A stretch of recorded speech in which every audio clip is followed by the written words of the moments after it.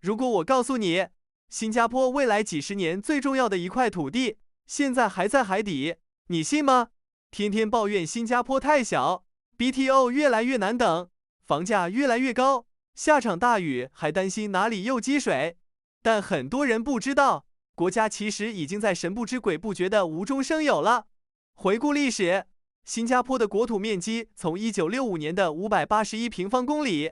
一路扩张到了如今的735平方公里，足足增加了1/4的土地。而这一次，东北部的德光岛又将迎来新一轮扩建，不仅要再造大半个圣淘沙规模的新国土，还要让这片土地直接位于海平面以下。就在不久前，德光岛一期耗资数亿新币，占地800公顷的水田主体工程，历经多年建设后已经低调完工。你以为这已经告一段落了吗？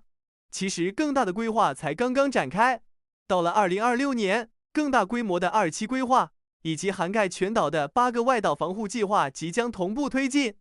这绝不是一次普通的填海造地工程，而是一项关乎新加坡未来100年发展的重要战略布局。面对联合国预测到2100年全球海平面可能上升1米，甚至在极端情况下上升2米的挑战，新加坡正在提前为未来做好准备。今天我们就来深度拆解新加坡到底在布一个怎样的大局。说到填海，大家的第一反应肯定是往海里倒沙子，但沙子恰恰是新加坡最重要的战略资源之一。过去20年里，新加坡是全球最大的沙子进口国之一，每年消耗数千万吨。随着周边国家陆续调整沙子出口政策，国际市场供应和价格都出现明显变化，传统填海模式面临越来越大的挑战。新加坡怎么破局？答案是技术创新。我们每天都在挖地下 MRT 隧道，比如全长50公里、深达地下40米的跨岛线，以及43公里长的汤东线。本地科学家和工程师把这些工程挖出的超过2000万立方米建筑废土和地下软粘土，通过自主研发的固化技术进行改性处理，增强承重能力，直接替代部分填海用沙，应用到德光岛以及未来长岛计划的建设之中。这一创新方案实现了上千万吨工程材料的循环利用，不仅节省大量填海资源和建设成本，也进一步提升了新加坡土地开发的自主能力。面对海水长期侵蚀带来的挑战，工程师还在德光岛海堤上采用了新一代高性能海洋混凝土。这种材料加入特殊微硅粉和防腐蚀添加剂。国际上，许多大型水利工程的设计寿命通常在60到80年之间，而新加坡这道海岸防线的设计寿命达到100至120年，抗压强度甚至超过80兆帕。当传统资源面临限制时，新加坡选择用技术创新寻找新的解决方案。过去被视为工程废料的土方，如今成为未来国土建设的重要资源。过去依赖进口的填海材料，也正逐步被本地创新技术所补充。这不仅提高了资源利用效率，也解决了工程废土处理的问题。这或许就是新加坡长期以来的发展逻辑。面对资源约束，不断通过科技和创新寻找新的可能。正如水资源挑战催生了新生水技术一样，土地资源挑战也正在推动新加坡探索属于自己的造地方案。除了利用工程废土替代部分填海用沙，德光岛这次采用的填海逻辑本身也颠覆了很多人对传统填海的认知。800公顷是什么概念？相当于2个大巴窑新镇的面积，或者大半个圣淘沙岛。未来将提供大量发展空间。过去的填海方式很直接，就是不断填入大量沙子，直到土地高出海平面2到3米。但这一次，新加坡借鉴了荷兰成熟的追填法经验，工程师先在海上建设一圈长达10公里、高达6米的海堤，将目标区域与外海隔开，再利用大型排水系统把内部海水逐步排出，让原本位于海底的区域转变为可开发土地。这种创新方式带来的结果是，德光岛这片新土地实际上比平均海平面低约 1.2 米。为什么要采用这样看似更复杂的方法？因为这套学填技术能够大幅减少填海用沙。根据工程测算，相比传统填海模式，德光岛项目节省了接近 50% 的填海用沙量，相当于减少使用约4000万立方米沙子。在资源成本持续上升的背景下，这不仅提高了资源利用效率，也显著降低了建设成本。不过，很多人也会产生疑问：既然地势比海平面还低，遇到季候风暴雨或极端天气怎么办？答案就藏在地下。德光岛配套建设了一座面积约116公顷的蓄洪池，总容量高达500万立方米，相当于2000个奥林匹克标准游泳池。同时配备全天候运行的智能监测系统和大功率抽水站，能够根据降雨和水位变化实时调节排水能力。换句话说，虽然这片土地位于海平面以下，但整个区域从规划之初就把防洪排涝作为核心设计，通过海堤、蓄洪池和抽水系统协同运作，确保这片新国土能够长期安全稳定的运行。如果你以为国家的布局只停留在德光岛，那可能低估了新加坡正在推进的整体规划。把视线拉远，从2026年开始，公用事业局将逐步推进8个近海岛屿海岸保护研究与工程。为什么要投入大量资源保护这些外岛和军用岛？原因很简单，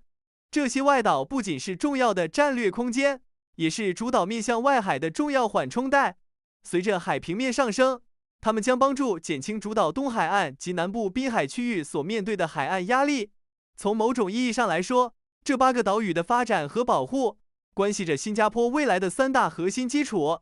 首先是军事战略空间，包括德光岛、巴歪岛和安乐岛。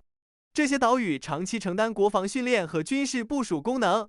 特别是德光岛扩建后，新增的800公顷土地将进一步提升训练空间，同时释放更多主岛土地资源，为住宅、商业及公共设施发展创造条件。其次是经济基础设施代表，毛广岛作为新加坡能源与石化产业的重要基地，这里集中了大量炼油和石化设施，是国家能源供应链的重要组成部分。推进海岸保护工程，也是在为关键产业和长期经济竞争力提供保障。最后是文化与生态资源，包括鲑屿、姐妹岛、圣约翰岛以及魔鬼岛等南部岛屿。这些地方承载着旅游资源、宗教、文化传统以及珍贵的海洋生态环境。保护这些岛屿，不仅是在保护自然资源，也是在守护新加坡独特的城市记忆。从军事安全到经济发展，从生态保育到海岸韧性建设，这8个外岛共同构成了一套面向未来的海岸保护体系。它们保护的不只是岛屿本身，更是新加坡未来数十年的发展空间。面对步步紧逼的海洋，如果我们只知道筑起高高的水泥墙，那就失去了花园城市的灵魂。新加坡政府已经将2026年定为气候适应年，这意味着国家在硬核基建中开始展现出极具前瞻性的生态韧性。在德光岛和各大外岛的边缘，新加坡不只是在建死气沉沉的水泥防线，而是开始大规模种植本土红树林。科学数据已经证明，一条宽度达到50米、拥有健康红树林系统的生态防线，其错综复杂的根系能够有效削减高达66%的沿海海浪冲击力，并且每年每公顷还能吸收大量二氧化碳。这是大自然赐予的最强减震器和碳汇库。不仅如此，配合外岛防护计划，国家公园局联合顶尖海洋科学家，在工程动工前，提前完成了极为浩大的生态搬迁。他们将超过数万个活体珊瑚群落进行深海大迁移，在南部海域人工打造了占地数公顷的全新的珊瑚庇护所，存活率惊人的保持在80%以上。政府的思路已经彻底转变，我们不是在破坏大自然，而是在和大自然合作。水泥墙防不住的世纪巨浪，就让红树林和珊瑚礁去化解。这种既硬核又温柔的绿色智慧，不仅极大降低了海堤后期的维护成本，更是新加坡能连续多年被评为全球最宜居城市的真正原因。其实，不管是水田技术还是生态防线，德光岛的1期和2期工程，更像是一个国家级的巨型实验场。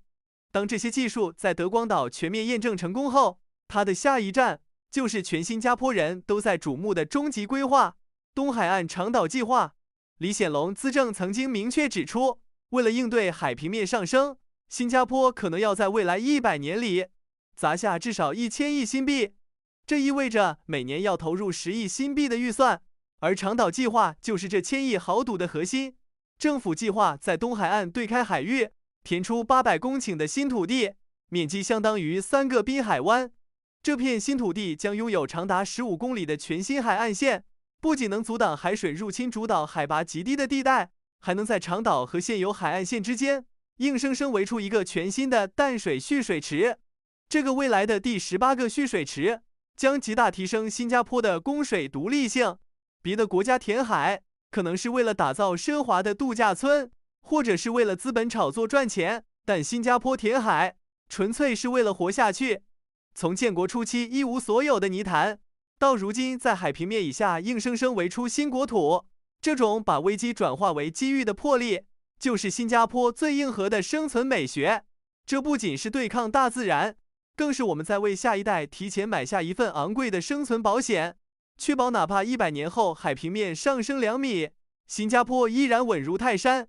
每次梳理新加坡的基建规划，我最大的感慨就是，我们这个面积不到750平方公里，连一滴纯天然地下水都要精打细算的小岛国家，最神奇的地方在于，每次当你觉得我们快没路可走，快被现实逼到绝境的时候，我们总能从海里，从天上，从科学的极限里，硬生生走出一条新路来。德光岛的今天，就是新加坡明天的缩影。各位朋友，你们觉得在德光岛之后，下一个最需要被重点保护的外岛是哪一个？另外，如果以后德光岛2期真的开放给普通人居住或使用，你最希望那里建什么？